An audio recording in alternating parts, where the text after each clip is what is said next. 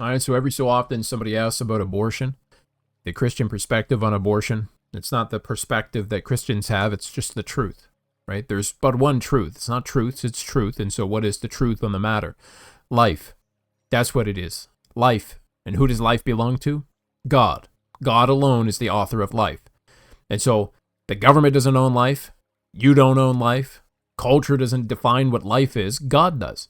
Scripture says in Genesis chapter 1, verse 27, that God created man in his own image. In Job chapter 33, verse 4, the Spirit of God hath made me. In Psalm 100, verse 3, it is he that hath made us, and not we ourselves. Life's not self-originating. It's not a mistake. Life is originated by God. So who owns life? God owns life. If God creates life, then I don't have the authority to destroy life. Only God can. Right? Life begins in the womb. And so because God recognizes that life begins in the womb, if I'm a believer in Jesus Christ, then I submit unto the truth. I acknowledge that life begins in the womb. The unborn is a potential person. That person is there in the womb. And the fruition of that is that they'll be brought out into the world. They are people that are known by God. Psalm 139, 13 through 16, it tells you that that God has formed them. Right? It says, thou hast formed my inward parts. In Jeremiah 1, before I formed thee, God literally says, I knew thee. Right? He knew him. He was in the womb. Luke chapter 1, verse 41, the babe leaped in her womb. It was a recognition. He acknowledged the fact that Jesus was in the vicinity, right? In Genesis 25:22, the children struggled within her. Children. Where were the children? In her womb. God forms you. God knows you. God calls you. God sees you even in the womb. Why? Because life begins in the womb. It's at conception.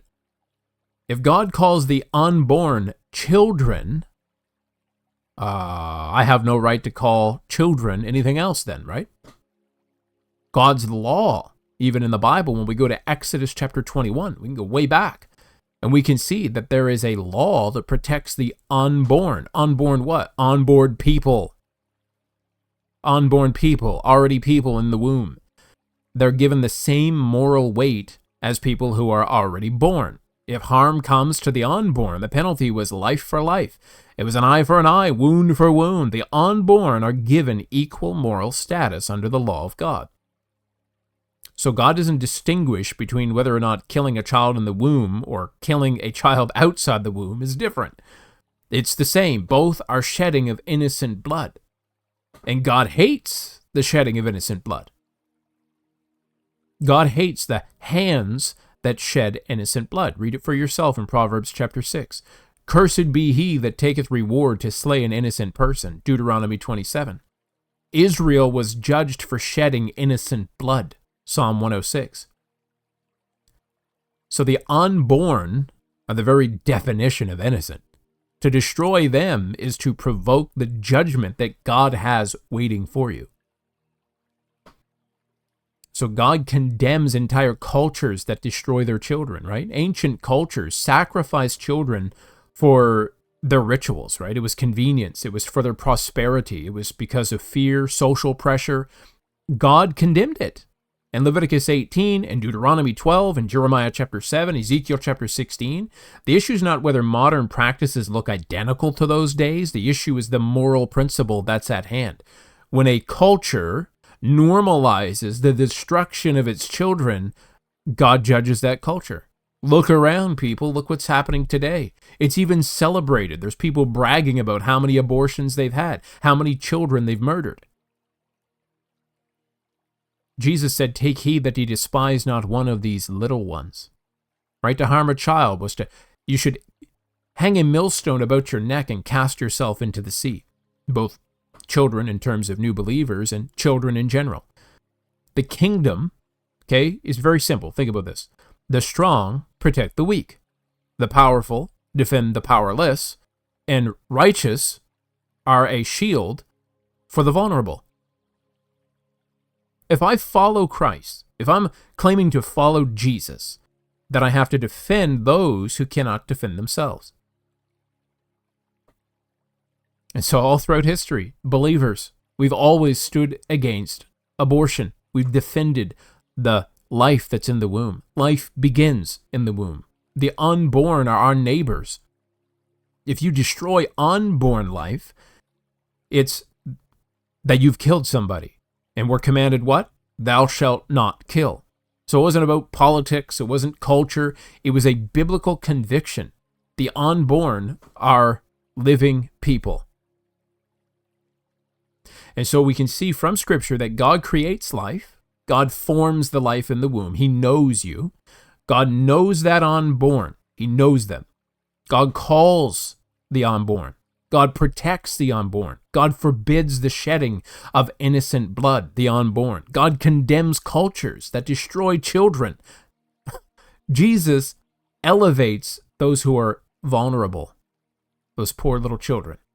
And the early church, all throughout history, even until now, true believers, defend unborn life.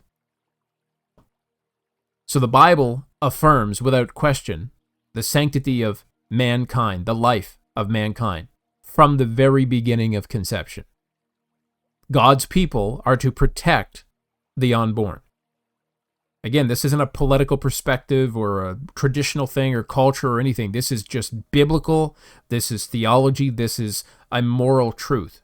Believers will defend the unborn. So we don't need to have a degree to see what, biology is plainly stating. Life begins at conception. Fertilization, a new life begins. Its own DNA, as they call it, its own sex, its own blood type, its own developmental direction, trajectory. Eventually, there's going to be a born individual. And so this process of conception is what brings forth these things. That little person is there. Not a parasite. You listen to some of the arguments that some of these people spew. These wicked people. Parasite, tumor. Oh, it's just a part of my body. What? It's a person. This is a person. Even saying it is wrong. This is a person. So every argument against the idea of there being a person in the womb from conception is arguing against basic biology. And so, back to the question, summarize and to close this up. Christians, what is your stance on abortion? Well, we stand on Scripture. We stand on the truth. We stand with the one who authors life, God. We stand in Jesus Christ. And so because of that, we defend the unborn. We realize life begins at conception. We reject the shedding of innocent blood. We refuse to attempt to turn a blind eye to a culture that sins through murdering their children. We're not going to bow to that. Not a chance. We're not going to bow to a world that destroys its own children. The remnant church protects life. We fear God. We fear God more than culture. And so, if this really is a question for believers, you have to ask yourself, how long have you been a believer? And if you're not in the book, which with that kind of question, you're not, or not enough yet, I'm going to give you the same advice I give in pretty much all the other videos, or the other podcasts, whatever. Get in the book.